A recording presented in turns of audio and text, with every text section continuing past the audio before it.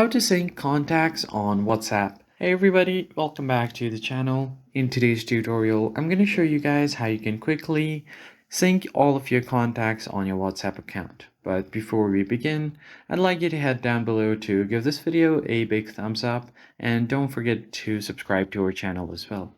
Now let's jump right in. So the very first thing you're going to have to do is open up your settings menu.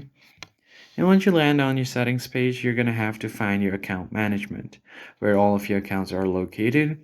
So scroll down all the way until you find manage accounts. So I have this accounts and backups, or you could just search it on the search bar at the top right. I'm just going to tap on my accounts and backup. Now you're going to have to tap on manage accounts. And once you do that, all of your accounts will be shown right here. So I'm just going to scroll down a bit until I find my WhatsApp. And once you find your WhatsApp, what you are going to do is just tap on it. And here you have an option to sync account. So just tap on this one. And as you can see, if the contact sync is turned off, make sure to turn it on like this. And you will be good to go. I hope you found this tutorial helpful. I'll catch you guys on the next video. Thanks for watching.